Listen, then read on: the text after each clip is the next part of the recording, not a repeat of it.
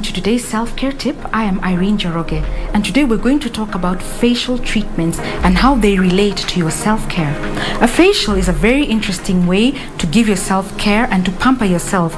It is very good for the skin because it deep cleanses your skin, you feel pampered, and at the same time it treats congested skin in case you have oiliness or any kind of problem. It is also good as an age management. Today's treatment is called a hydrofacial, and this is a specialized facial treatment that is usually used to treat problem skin, congested skin, maybe oiliness, and even if you have acne. It is also considered a first-line treatment for anti-aging. Now, the hydrofacial takes into account the kind of acne that a person has. It is also ideal as a pampering treatment. The hydrofacial deep cleanses and exfoliates the skin using this special suction tube. It is a computerized treatment that helps to decongest acne and oily skin issues. After the exfoliation, which means removal of dead skin, this next stage is what is called the chemical peel, which uses a glycolic acid in a gentle way to peel the skin, which is part of the healing treatment. This is the application of LED light, which is used to help stimulate collagen within the skin. That has been today's self-care tip.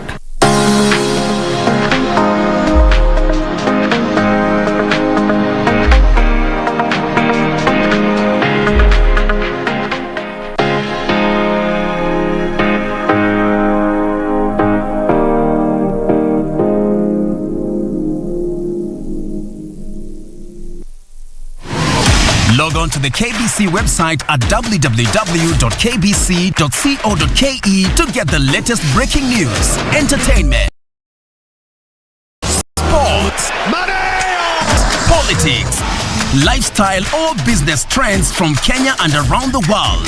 Never miss new episodes from your favorite TV shows, reruns and movies. Just stream online or watch live on your YouTube channel at KBC Channel 1 TV shows. For the day's biggest stories, trustworthy news and family entertainment, log on to KBC Channel 1. Watch what you want anytime, anywhere.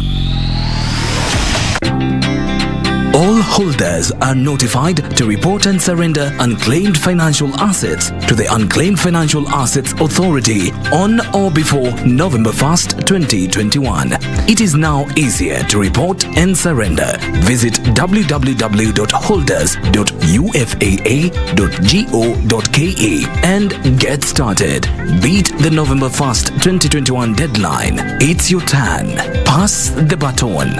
Unclaimed Financial Assets Authority. Receive, safeguard, reunite.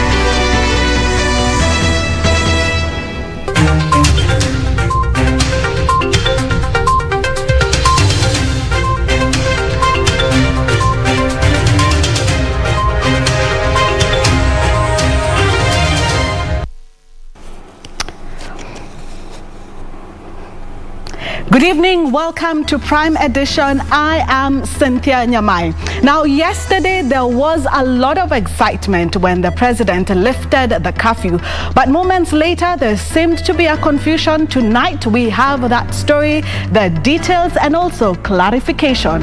Also, we have the Malawian president in the country who will tell you what agreements they have come up with the Kenyan president, and in sports, highlights on the Commonwealth Games. That and more coming up shortly after the highlights.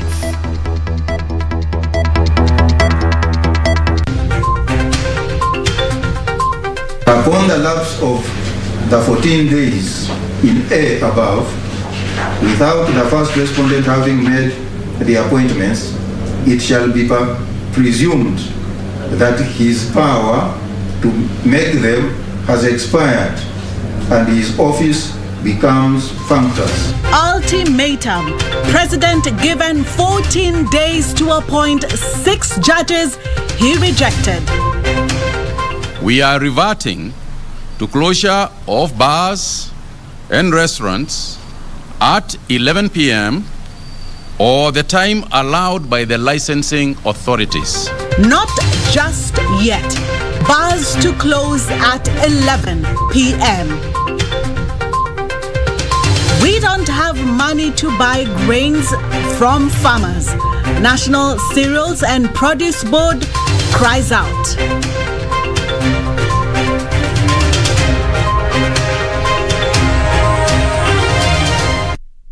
Our sign language interpreter tonight is Lucy Maura, and remember, we would love to hear from you. You can send us your messages and also feedback on KBC Channel 1 on Twitter, Facebook, and also Instagram. Moving on now, establishments licensed to operate as bars will close at 11 p.m., while those licensed as nightclubs will be guided by their operating licenses under the Alcoholic Drinks Control Act. Health Cabinet Secretary Mutahi Kagwe has further directed entertainment parlors and religious congregations to maintain the 1.5-meter seating arrangement. During the curfew introduced in March 2020, a working day was capped at 5 a.m. to 7 p.m. This meant the country had an 18-hour day starting at 4 a.m. to 10 p.m. Amenisimamisha pale. Toka. Nikasimama mzee. Fungua mlango. Toka. Okay. Poleni lakini. Fungua hiyo gari. Among worst hit sectors was transport, bars, restaurants and entertainment joints. Nightlife was no more, while hotels and restaurants had to create more room to adhere to the social distancing requirements. If this COVID thing continues, we'll be forced to go deeper into our pockets to deliver outside the town, maybe in villages, because we want to still maintain them. Because were it not for the crisis, they would still come to us. All this have for the last 1 year negatively impacted the hospitality industry. We're actually not even doing sit-ins per se. We are encouraging takeaway. President Uhuru Kenyatta's lift of the dusk to dawn curfew during the 58th Mashujaa Day celebrations held in Kirinyaga County gave the entertainment industry a glimmer of hope that was actualized Thursday by Health Cabinet Secretary Mutahi Kagwe. With the removal, we are reverting to closure of bars and restaurants at 11 p.m. or the time allowed by the licensing authorities.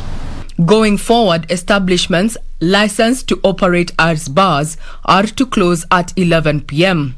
However, those licensed as nightclubs are to operate within the timelines provided by their operating licenses under the Alcoholic Drinks Control Act. I therefore appeal to county governments and enforcement agencies to ensure that the licensed facilities abide very strictly by their licensing conditions, while county public health officers ensure that sanitary and other health conditions are met at all times. The health CS further directed entertainment parlors to maintain the 1.5-meter seating arrangement, including religious gatherings that will, going forward, be allowed to hold meetings of up to 2/3 capacity.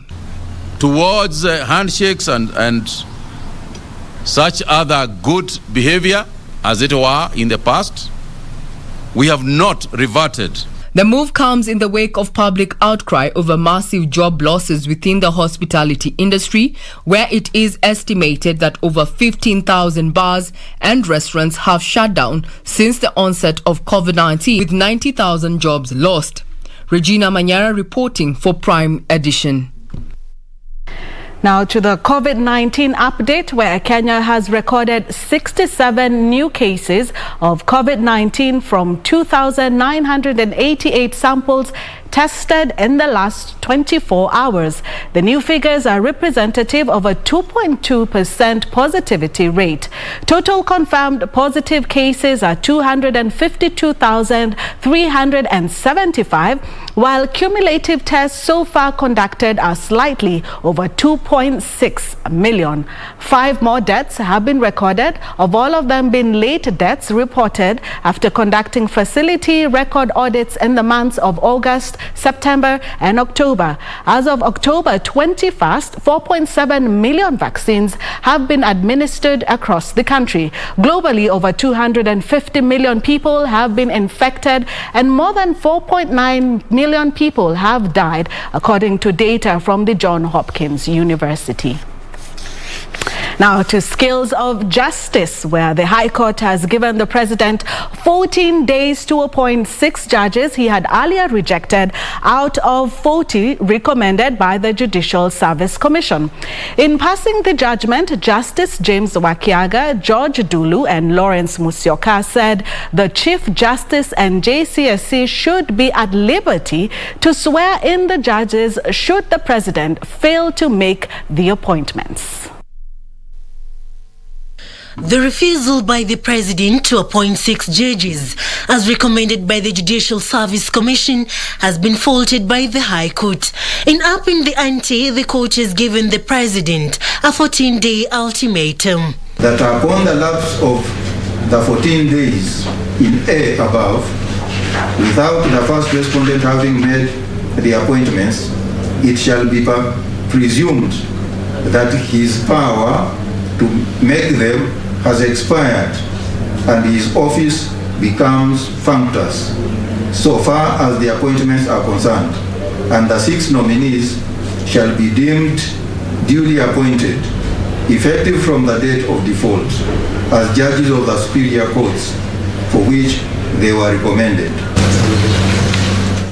Katiba Institute had moved to court to challenge the decision by the head of state to oppose the nomination of Joel Ngugi, Jojo Dunga, Agri Mushelule, Weldon Korir, Judith Omange and Chief Magistrate Evans Makori. Meanwhile, Migori Governor Okoth Obado and his 4 children, alongside others, took fresh play in the 73.5 million shillings graft allegations. Obado and his co-accused have been charged on 25 accounts, including unlawful acquisition of public funds, money laundering, and unlawful acquisition of public property. The case will be mentioned on the 8th of November 2021. For Prime Edition, I'm Serafina Robi. President Uhuru Kenyatta and Malawi President Lazarus Chakwera have signed agreements touching on cooperation in health, tourism, trade and defense. Speaking at State House, Nairobi, President Kenyatta, who hosted the Malawi president, said Kenya is committed to strengthening existing relations between the two countries.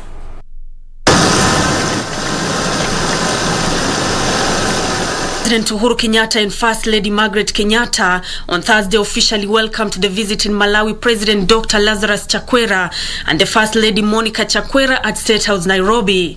President Chakwera was accorded a guard of honor and a 21-gun salute.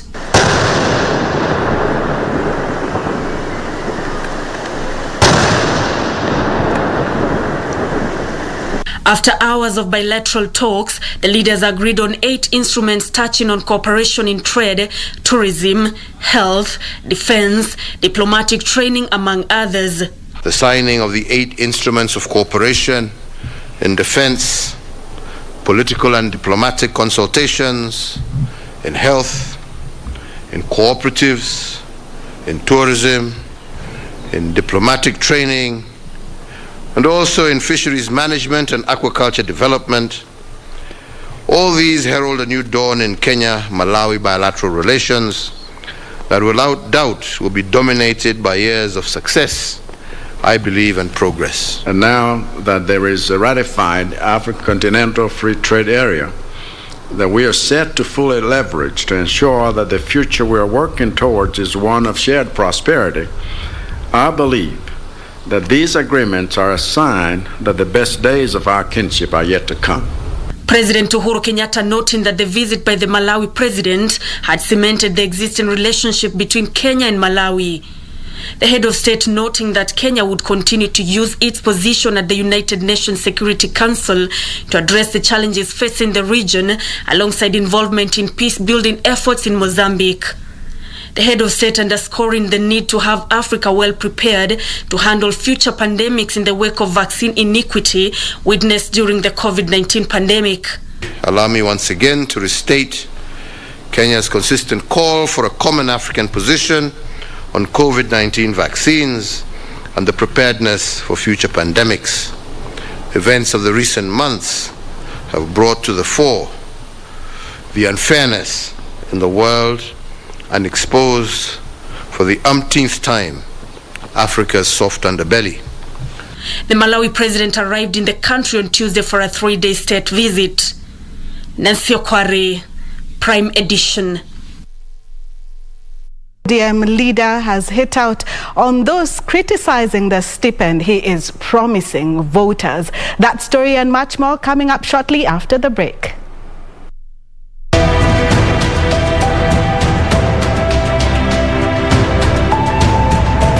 In 1950, the radical Kikuyus secretly founded Mau Mau and invented a new oath to unite the people in revolt against British rule.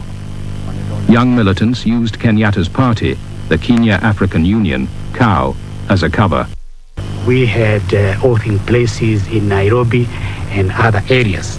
This was being organized under the umbrella of the Kenya African Union, and nobody would suspect, because sometimes we used to have our meetings in my office in Kiburi House.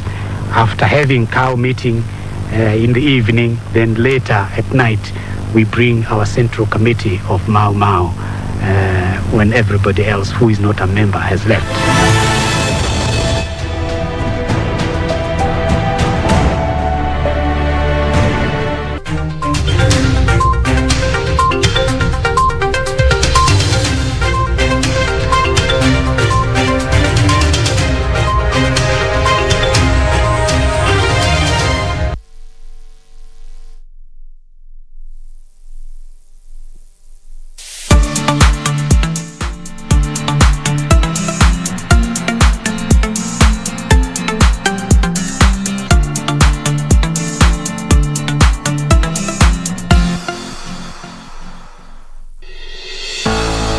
22 deaths in the last 9 months and 19 collapsed buildings.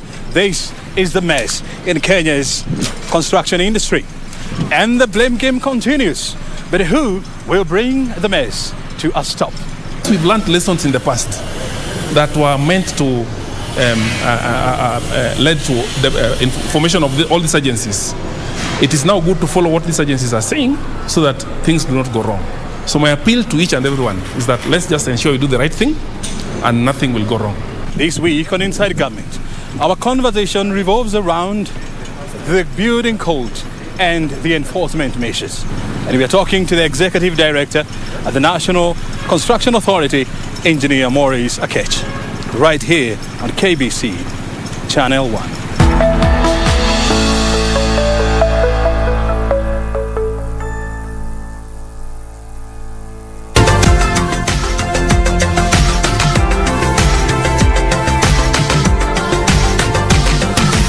About the importance of ensuring that you're disciplined, to a healthy lifestyle. When it comes to diet, they say you are what you eat, and actually that's the truth of it. Because actually whatever you eat, it dictates your nutritional status. Sometimes you may be very consistent and disciplined, but the results are not coming so fast. What should motivate me to keep going for 6 months, 8 months? I'm still, holding on to this. And most of the time, these foods are not so interesting. When it comes to weight loss, you're not going away from the foods that you're used to. It is the same food that you're used to, but now you're eating with discipline.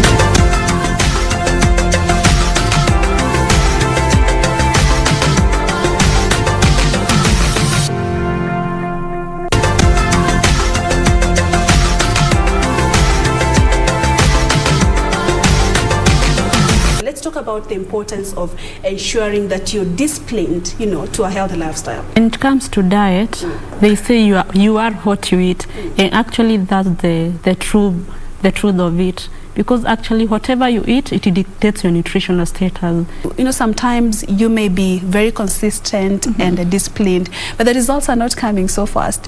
What should motivate me to keep going for 6 months, 8 months? I'm still, holding on to this. And most of the time, these foods are not so interesting. When it comes to weight loss, you're not going away from the food that you're used to. It is the same food that you're used to, but now you're eating with discipline.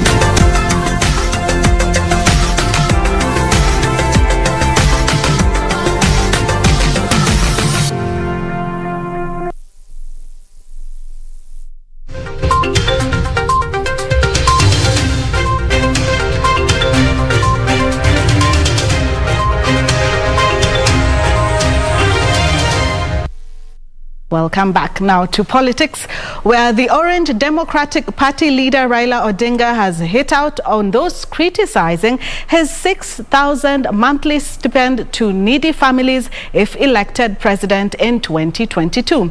Raila said his opponents are focused on hoodwinking Kenyans and not offering solutions. Speaking in Kigumo, Murang'a County, Raila said he will wage war on corruption and use the proceeds to meet some of his pledges to Kenyans.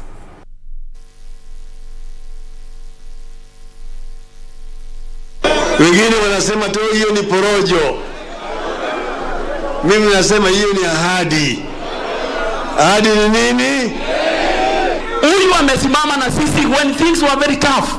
This time round, I believe it is a God's time for Baba to become the president of the Republic of Kenya. Baba ndio ataweza kuwarudisha hao watu kwa machamba yao. Ndio tumuunge Baba mkono. Deputy President William Ruto says the 2022 political contest will be between Hustler Nation and proponents of the trickle-down plan. Ruto argues that handout mentality is not sustainable.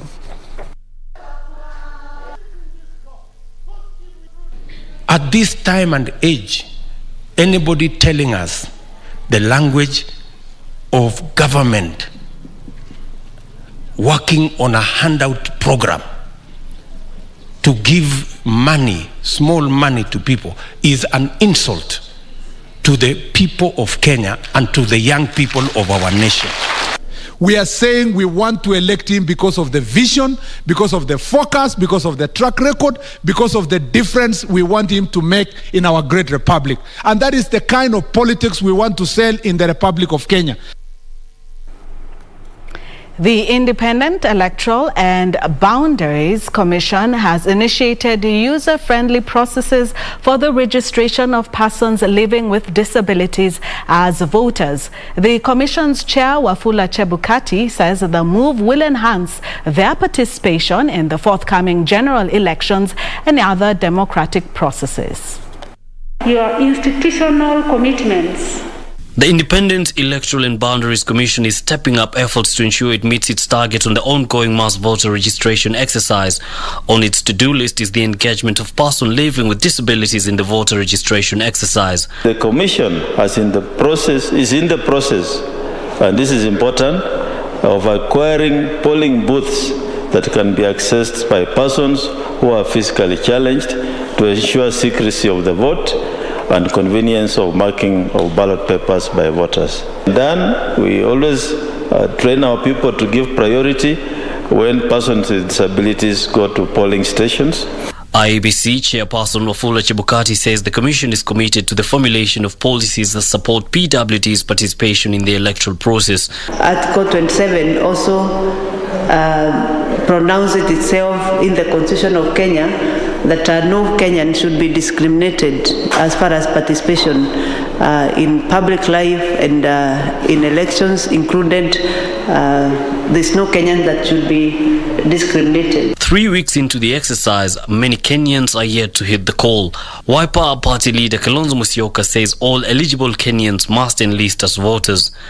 I wish to take this opportunity to urge you fellow countrymen to come out and register as voters in large numbers. Your vote will undoubtedly determine your future, that of your family, your dependents, indeed, that of your country. IEBC is targeting to register 6 million new voters. Yusufar reporting for Prime Edition. Indeed, no Kenyan should be discriminated against. Now, moving on, human rights advocacy groups have called for speedy investigations into the killing of 4 women in Marani sub-county in Kisii County, where the alleged involvement in witchcraft. Helpage International Regional Representative for Africa, Carol Osero Ongongo, cited land inheritance disputes as the motive behind most of such killings. She called for urgent intervention in the protection of the rights of widows and the elderly in the affected communities. Human rights defenders have raised concern over the rise of killings of elderly persons accused of involvement in witchcraft. In Bomokona village in Marani sub-county of Kisii County, 4 elderly women were lynched for allegedly bewitching a Form 4 student. One of the victims of the October 17th incident had buried her husband 2 weeks earlier before she met her death. Watu wakuja wakachukua mama yangu toka asubuhi sana, saa moja asubuhi na mtangazaji wote nampatia tawa ngawaruhusa aje napeleka mama yangu wapi na mgonjwa na huyu mama yangu ni mchawi. Sasa naona anakufa, wakampeleka mpaka barabara, wakata tairi mata petroli wakamwaga hapo, mama yangu akafanya akufa hivi. Na rahani sana kitendo ambayo ilitendeka pale Kisii. Tunaona msichana Janet analia sana. Analia, hana mahali pa kuenda. Hata sasa vile tuko hivi, ajui watoto wake wamekula nini. Watoto hawana nguo, hawana mahali pa kulala. While condemning the killings, Helpage International Regional Representative for Africa, Carol Osero Agengo, cited land inheritance disputes and ignorance of diseases associated with old age as factors for such killings. These killings are a deep symptom of the beliefs that women should not inherit land, and the question of women and girls' rights to inheritance is driving the issue of widow killings. Human rights advocates met to discuss ways of ending such violations, some of which are attributed to culture. This is not Gusii culture. It's absolutely unacceptable that we have young men running roughshod in the community, hacking women, cutting them to pieces and burning them alive. Even if there is that witchcraft, must you kill? Is there no laws that must be followed so that we can bring these perpetrators or they can be charged, or there is something that needs to be done? If you kill somebody, we expect you to be arrested. Yes. But if you are arrested today, released tomorrow, you are encouraged to go and kill another person. Most of the people will be afraid to come out and give witnesses, of course, because of the context and because of how prosecutions have been done before. So we also invoke the ODPP and the Witness Protection Agency to make sure that the witnesses that are willing to come out are protected and there is justice served. 7 people have since been arrested over the women's killings. For Prime Edition, I'm Safin Acheng Oma. Thank you, Safin, for that story that is deeply disturbing and unacceptable. Now, moving on, pupils in West Pokot County have benefited from the early childhood development education by the county government of West Pokot in a bid to curb malnutrition and hunger situation in the county. The feeding program, started 3 years ago, targets 503 ECDE centers across the county. West Pokot County Governor Joseph Lonyangapo said the ECDE program forms an integral part in providing a solid foundation for children in their onset years of education. He said that the hunger situation in the county has affected learning activities for school-going children. Meanwhile, the Phoenix Women's Rights Organization has toured St. Angela's Mumia Secondary School to sensitize girls on their rights as well as donate sanitary pads. Speaking after the occasion, one of the group's members, Wendy Apio, said that such schools had been neglected and they took it upon themselves as an organization to to offer the much needed help. Kuna gap yenye tumesahau, the vulnerable kids, those who can't listen, those who are blind, those who can't move. Na unapata hao ndo wako na challenges sana, juu hao ndo wanarepiwa. Elsewhere, Maendeleo Chap party leader and 2022 presidential aspirant Alfred Mutua has urged political leaders not to overindulge in campaigns at the expense of service delivery to the public. The Machakos governor told politicians to first account for what they have done before seeking to be elected. I'm calling upon all leaders of the Republic of Kenya to remember that we are servants employed by the people who pay our taxes, and that our work is not done. We are supposed to serve until after the elections of 2022. We are receiving our benefits and our salaries. Therefore, I call our politicians to speak less and work more. Reporting for Prime Edition, I'm Omboy Otiende.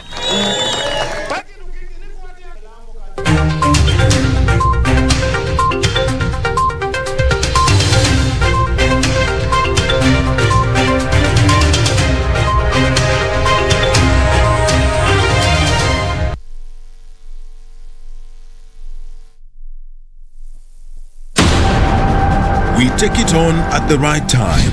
Honorable Musalia Mudavadi. The Honorable Mutahi Kagwe. Chief Justice Martha Karambuko. This is KBC, the voice of Kenya. Asking the right questions. I don't know how it made you feel as speaker who is presiding over a house where members can be compromised with 10,000 shillings. We keep our guests comfortable. A mission to ensure our audience gets a complete story. For a few hours or so, I thought this is it. My end has come. If really we want an end of this pandemic, we must fight.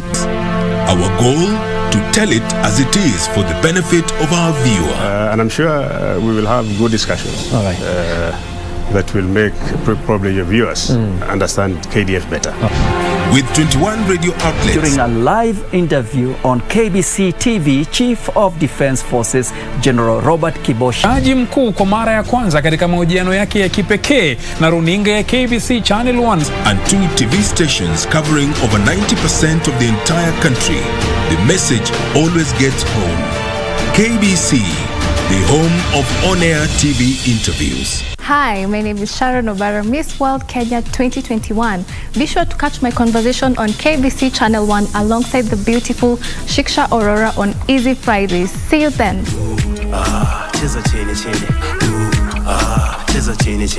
It's a Monday, but I'm on a Friday vibe. Tuesday, but I'm on a Friday vibe.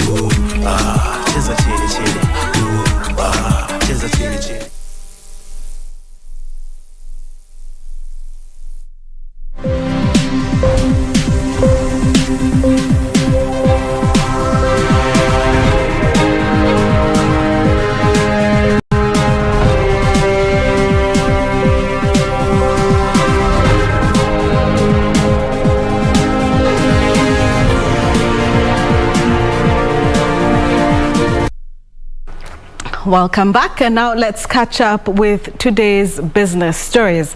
The National Cereals and Produce Board says it has no money to restock the depleted National Food Reserve, even as farmers in grain-growing countries count losses of spoiled produce. The NCPB Managing Director Joseph Kimote says the board requires 10 billion shillings to buy grains and produce from the farmers. And as Kevin Washira reports, the MPs are taking issue with the National Cereals and Produce Board for prioritizing paying non-strategic actors instead of buying grain from farmers. The National Assembly Agriculture Committee invited the National Cereals and Produce Board to explain why they were not buying maize and other grains from the farmers whose harvest was being spoiled by the rains. NCPB informed MPs they had no money to buy the grains and required at least 10 billion shillings to restock the depleted National Food Reserve.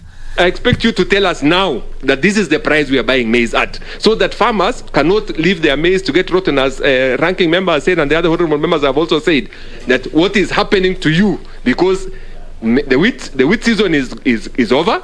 The maize season is almost getting over. We are going to December, and yet you have not even bought one grain of maize.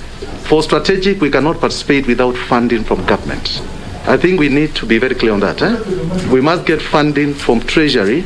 There must be a government position that NPP is going to be utilized to buy strategic food reserves from the farmers of this country. NCPB was taken to task for failing to account for 12 billion shillings for buying grains from farmers, which it acquired when it took over functions of the dissolved Strategic Food Reserve.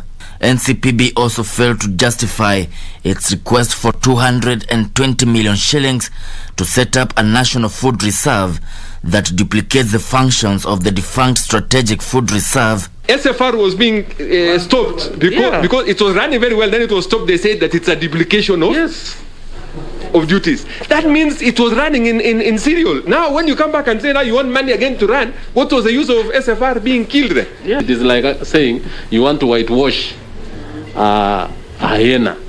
By just changing the colors, it will still remain the same. Because if you have closed SFR chairman, and you want to use 220 million for administrative cost to establish NPR, which is still the same issues that you are doing. Surely this year we are not ready for this. The board, however, asserted its efficiency, saying they had paid farmers who had supplied maize last year, except the ones yet to be cleared by EACC. We have paid all the farmers. Show me one we have not paid. There isn't even one. There isn't. Let's be given a chance. If we need more details, to avail, but we have done the right thing. Kevin Washira, Prime Edition. Still in agriculture, where players in the agriculture sector are optimistic, the additional 5 billion shillings funding the sector will boost the industry. President Uhuru Kenyatta yesterday allocated the funds under the COVID-19 stimulus package. The funds will go towards implementing key reforms in the agriculture sector and payment of farmers' dues. Last year, the agriculture sector received 4.5 billion shillings in the 53 billion shillings stimulus package, with 3 billion shillings used to strengthen the e-voucher system. 1.5 billion shillings was set aside to revive the flower and horticulture sector that had taken a hit due to travel restrictions and the closure of key international markets. This year, the sector has received an additional 5 billion shillings in a bid to revive the sector's value chain. More funds to be availed to AFC so that the farmers who require this support can get that. Because AFC is one institution which can give farmers financial support with an interest rate of 10%. The cost of tea production is set to reduce as the government will subsidize fertilizer by 1 billion shillings in a bid to reduce the cost of fertilizer from the current high of 3,000 shillings. The National Treasury will allocate 1 billion shillings to support the fertilizer subsidy for our small-scale tea farmers. On the other hand, sugar farmers will start receiving their delayed payments after the President directed the National Treasury to allocate the sector 1.5 billion shillings that will also be used for maintaining government-owned millers. To safeguard the livelihoods of farmers within our nation's sugar belt, I direct the National Treasury to allocate an additional 1.5 billion shillings in aid of the sugar sector that will be appropriated towards factory maintenance and payment of farmer arrears. An additional 1 billion shillings has been set aside to assist in implementing reforms in the coffee sector. The Kenya Meat Commission is expected to register increased activities as 1.5 billion shillings will be allocated towards the offtake program to protect herders from losses as drought continues to ravage different parts of the country. I don't think it is really good, whereas a father of the house, you get your neighbor feeding your children and you are still having the ability to do that, and the shamba is there, the weather is good. It's only a few policies here and there, so those policies must be put in place. The Ministry of Agriculture is also expected to outline a roadmap on measures aimed at reducing the cost of animal feeds. The feeds were going for an average of 3,000 per bag for a 50 kg bag. Now, the feed had risen up to between 3,600 Kenya shillings to 4,000 Kenya shillings. Benson Droba reporting for Prime Edition. Thank you, Benson, for that report. Now, pension scheme providers are being urged to diversify their investments in a bid to revitalize the sector that was negatively impacted by the pandemic. Kenya Pension Fund Investment Consortium says pension providers need to venture into asset classes financed by private equity to realize the competitive, stable returns offered by local investment opportunities as opposed to traditional assets investments. Your first reaction is typical. With over 1.4 trillion shillings worth of investment available in the pension fund market, fund managers are appealing to scheme managers to localize investments tailored by private entities in the country. To increase the activity, the participation of the local market into our own local opportunities, so that we can not lock out any foreign investment, but so we can partner and we can co-invest. Investors argue the various opportunities will multiply individual scheme returns compared to traditional investments. We're encouraging our clients to basically look beyond the traditional asset classes which have existed, and I think there's a couple of the reasons for that. First of all, to diversify. It's not good to have all your eggs in one basket, and also because the returns offered by some of these alternative asset classes, whether it's private equity, whether it's infrastructure, can actually be higher than we can receive from these more traditional assets. Kenya Pension Fund Investment Head of Secretariat Ngatia Kirunge underscored the need of migrating to new opportunities, particularly in the infrastructure sector, as the sector provides competitive, stable returns. So there's private equity, there's infrastructure, there are funds like private debt funds that are looking to take advantage of the opportunities, say in the SME space and the likes. It's only a matter of time, but it's also up to industry players to also play their part as far as expanding awareness around these technologies is concerned, and of course the cost benefits that come with it. Sanlam Investments CEO Jonathan Stitchbury says the sector is yet to recover from losses incurred during the pandemic, hence the need to make sustainable investments in the proposed new asset classes. I'm very pleased that markets have picked up again, and I think that's in anticipation of stronger economic growth, which we're seeing just now, and we also expect going into 2022 as well. It's a perfect time for the private sector to step in and fill in the gap where government used to be, because these investment opportunities are very lucrative as well. Juni Karisa Mbele from Malindi, Kilifi County. To increase or to lower on imported clinker. Two of Kenya's top cement makers, Bamburi and National Cement, are rocked in a bitter row that threatens to derail the industry. National Cement, which is owned by billionaire businessman Raval Guru, is urging the government to increase tariffs on imported clinker from 10 to 25%, a move that market leader Bamburi Cement says will cripple cement production in the country. O'Brien Kimani explores the ensuing cement tiff. A storm is brewing in the local cement business, pitting two factions. One that is opposed to the introduction of more taxes on imported clinker, while the other is proposing more taxes on imported clinker. Whatever decision the government will take, it will have a major bearing on the prices of cement here in Kenya. A storm that has been brewing in Kenya's cement industry for a long time now threatens to cripple the industry. The multi-billion shilling sector is now divided into two factions. On one hand, there are cement manufacturers who have been lobbying the national government to raise taxes on imported clinker, while the other team is opposed to the idea. Clinker business is a multi-billion shillings industry, with the Kenya National Bureau of Statistics data showing that in 2020, Kenya imported clinker worth 10 billion shillings from Egypt and United Arab Emirates. When we look at the Kenya Port Authority's statistics, we see that in 2021, all the players, what I say all of them, they have imported clinker in 2021. So, which means that when we say that there is enough capacity, then why all the players, they have imported clinker in 2021. The commodity is a major ingredient in the manufacture of cement. Kenya imports about 2.1 million tons of clinker, while the country produces about 3.8 million tons of the commodity. According to Bamburi Cement Chief Executive Officer Sadiq Hassan, if the government imposes more taxes on clinker, it will stifle the growth of the sector. The decision is also likely to have an impact on regional trading bloc COMESA due to tariff agreement. Clinker is charged 10% duty as per the East African Commodity External Tariff Regime for goods manufactured in the region. Two clinker producers in Kenya, the National Cement and Mombasa Cement, have petitioned the government to have the tariff increased to bolster local producers.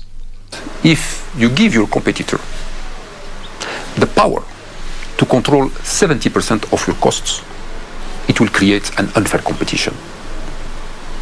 So, and therefore, he will be controlling your costs, he will be controlling the price in the market, and he will be controlling the market share.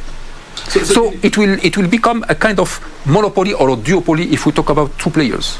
Last month, the National Independent Clinker Verification Committee in a report said that the local production of clinker is competitive and the industry does not require duty protection to survive.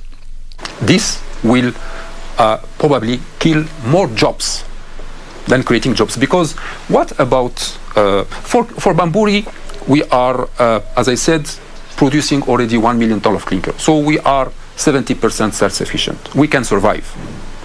But you have some other players who rely 100% on importation. So if they have to rely 100% on their competitors, how can they survive? For now, the industry is eagerly awaiting to see which stance the government is likely to adopt and the impact it will have on local cement production. O'Brien Kimani for Primetime News. Thank you, O'Brien, on that detailed story. We'll continue following it up for you. Now, did you know that the East African Community partner states have been working towards having a single currency? The East African Monetary Union Protocol, adopted in 2013, lays a framework for the convergence of currencies by the year 2023. Betty Kiptum tells us more. Kenya shilling, Ugandan shilling, Tanzanian shilling, Rwandan franc, Burundian franc, and the South Sudanese pound, all currencies used in the 6 EAC member states. The East African Community has a vision to have a single currency like the euro in Europe by the year 2023. In the run-up to achieving a single currency, partner states aim to harmonize monetary and fiscal policies, which include harmonizing financial, payment and settlement systems, financial accounting and reporting practices, policies and standards on statistical information, and establishment of an East African Central Bank. There are 3 key focus areas under the Monetary Union Protocol. The financial focus seeks to ensure cooperation in monetary and fiscal matters in order to establish monetary stability, aimed at facilitating economic integration efforts and the attainment of sustainable economic development. Liberalization of trade in financial services and the elimination of restrictions on the free movement of capital. For instance, about 11 multinational and Kenyan-owned banks use Kenya as a hub for their operations in the East African Community. The 4 Kenyan banks with branches within the region are KCB, Equity Bank, Fina Bank, and Commercial Bank of Africa. Tanzania's CRDB Bank commenced operations in Burundi in 2012. The integration of the EAC stock exchanges commenced in 2012. The total market capitalization for cross-listed shares stands at about $2.88 billion, with 99.84% being taken up by the Nairobi Securities Exchange, while 0.16% is shared between the Dar Stock Exchange and the Uganda Stock Exchange. Second is investment promotion and private sector development. This is geared towards providing an enabling environment for the private sector to take full advantage of the community through the promotion of a continuous dialogue to help create an improved business environment and enhancing investor confidence in the region. Third is trade, which involves rationalizing investments and use of established industries to promote efficiency in production as well as harmonizing trade.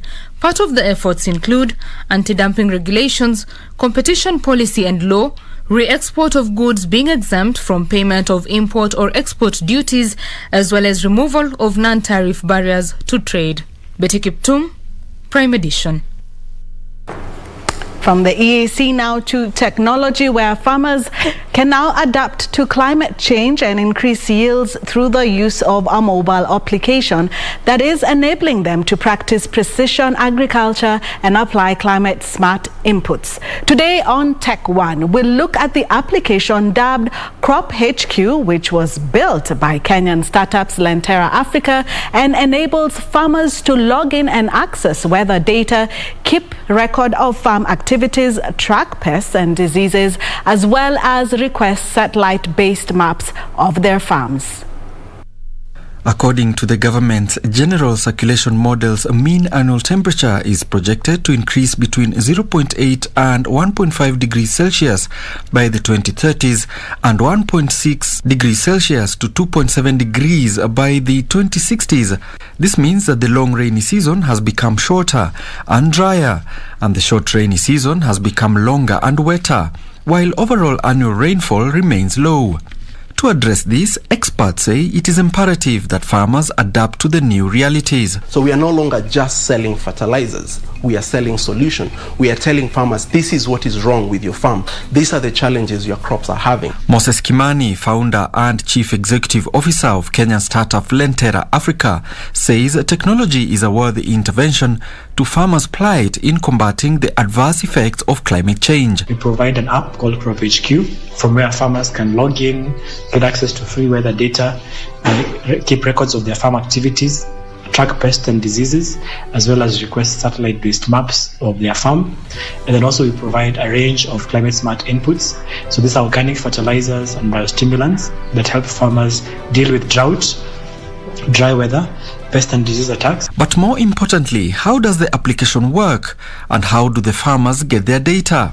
The future of farming is smart. So we are using technology to help the farmers to figure out what challenges are there. So by the time now we are providing solution to the farmer, they are based on actual data that has been picked real time and analyzed very well, and then the solution are precise to the needs of that farm. The startup, founded in 2017 as a soil health and crop nutrition provider, initially targeted thousands of farmers across Kenya with a range of specially formulated organic fertilizers, but pivoted to a broad scope of farm support services.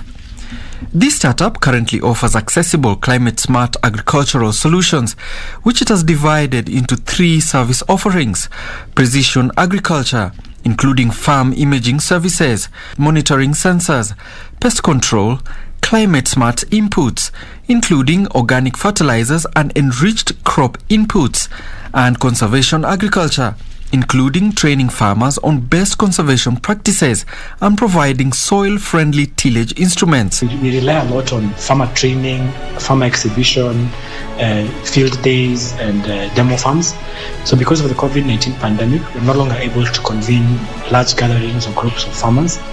So how we have adapted to this is we are now doing a series of videos and sharing this information with the farmers through WhatsApp, connecting to them SMS, on YouTube, just trying to do outreach digitally. Farmers are charged for drone and satellite imaging services and climate-smart inputs. The company has since launched a subscription model for its application, with Kimani hoping to be cash flow positive across Africa. Alanauko, Tech One. Let's now take up Forex, and after that we have sports coming up shortly.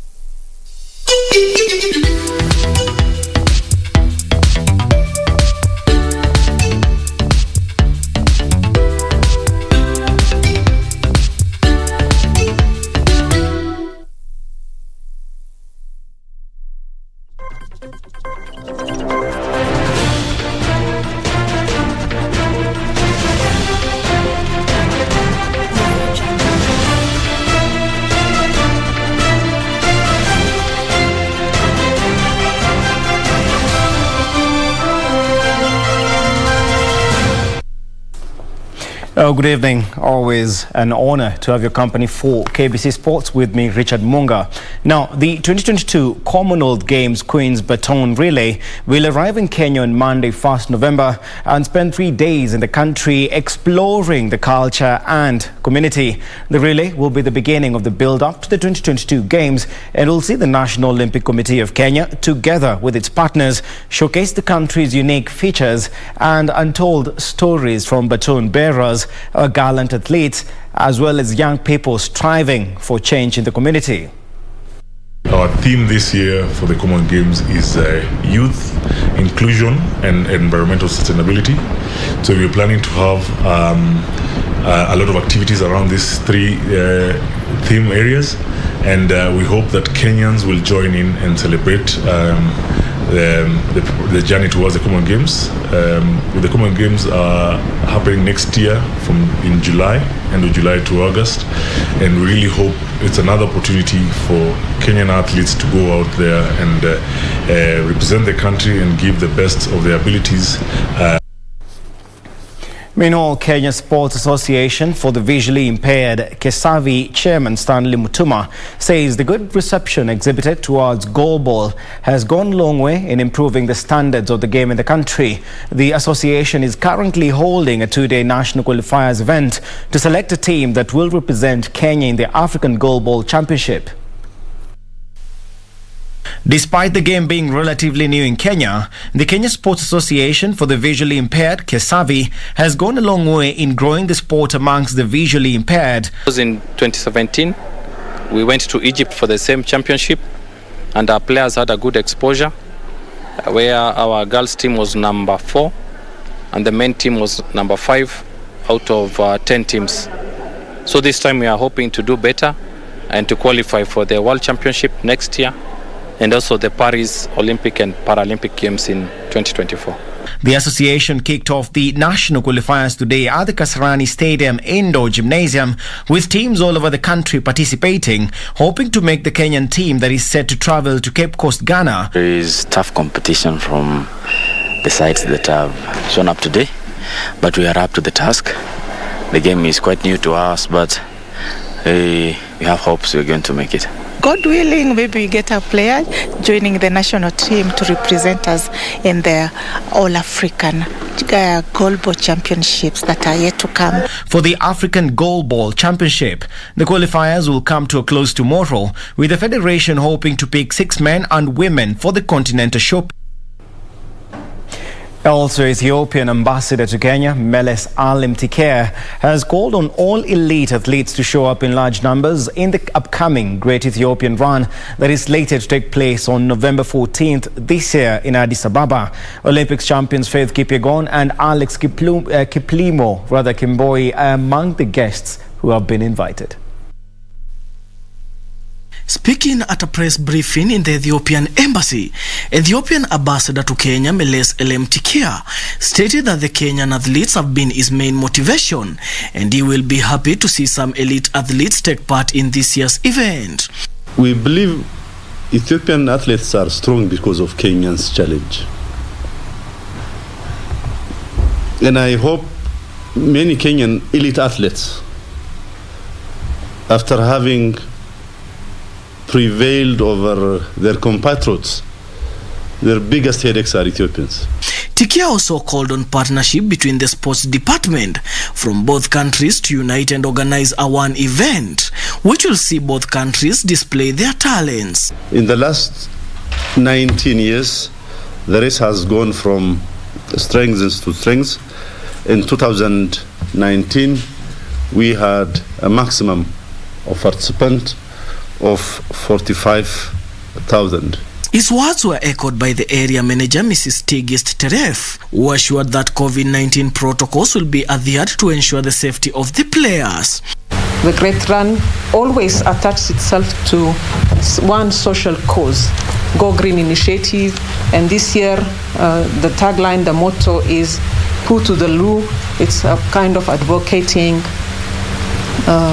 public health by appropriate and proper use of public latrines. The event, which will take place on date 14th of November, will see Kenyan athletes Faith Kipyegon and Alex Kiplimo Kemboi invited as guests. The athletes who will take part will not be released all together, but will be released in 3 waves. For Prime Edition Sports, I'm Daniel Mwendwa.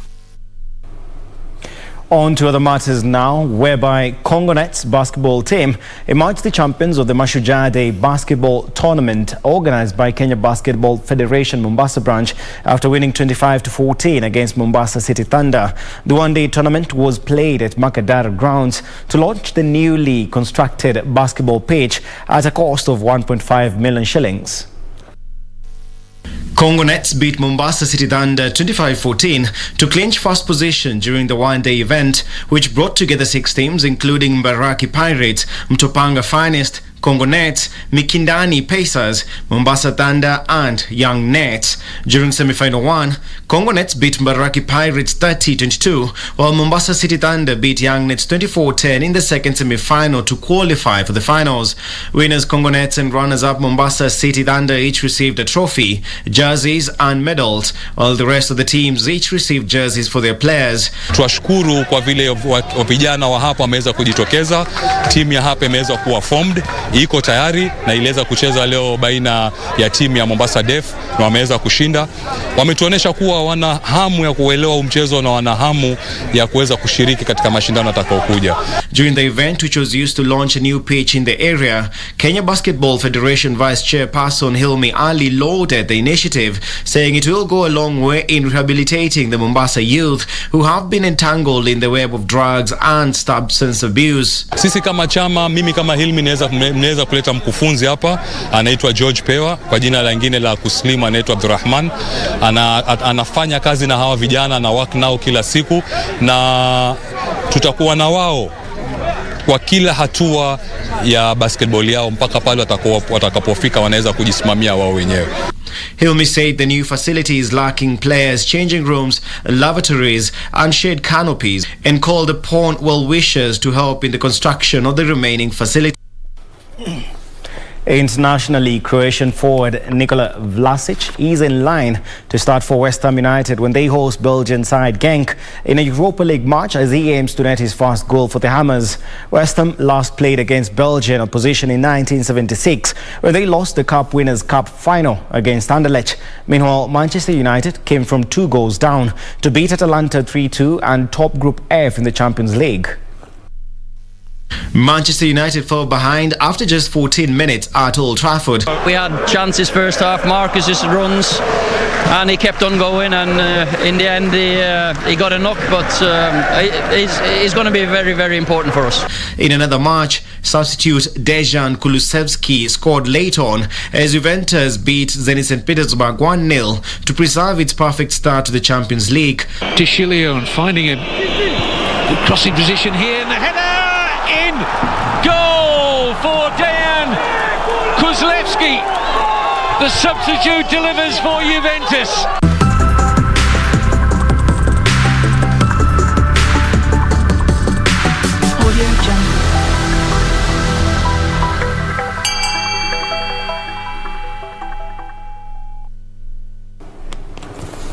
Well, that's all the time we had for sports tonight. Cynthia, anything to add on to that? Just to say thank you, but and one question. Are you on the hashtag Ole Out? At the moment, sitting, I'm on the fence at the moment because, sometimes good results. He almost ruined our Mashujaa Day celebrations yesterday, but, yes. United Kings of comeback, no surprise really. So, were you watching the game? I did. And? But I knew you'd also give me the highlights, so I didn't finish. I was busy celebrating what the president said about the curfew. Of course. Yes. Yeah, actually, people should actually be responsible. Doesn't mean that COVID is over. So. I was not irresponsible. Well, that's it from the news desk. Do have a good evening. Do enjoy the rest of your day. Good night.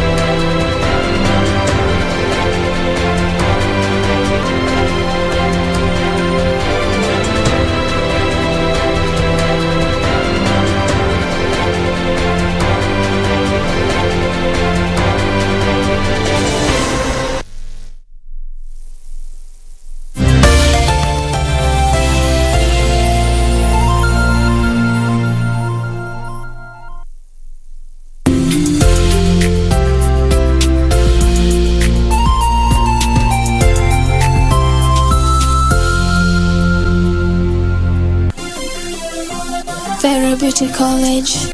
Vera Beauty and Fashion College, with branches in Nairobi, Eldoret, Thika and Meru. Did you know that we are a TVET approved institution? We offer courses in fashion design, interior design in soft furnishing, event decoration, flower arrangement, event planning, hairdressing, barbering and dreadlocks, beauty therapy, makeup, nail technology, spa massages, teaching skills, TOT, solo business management and many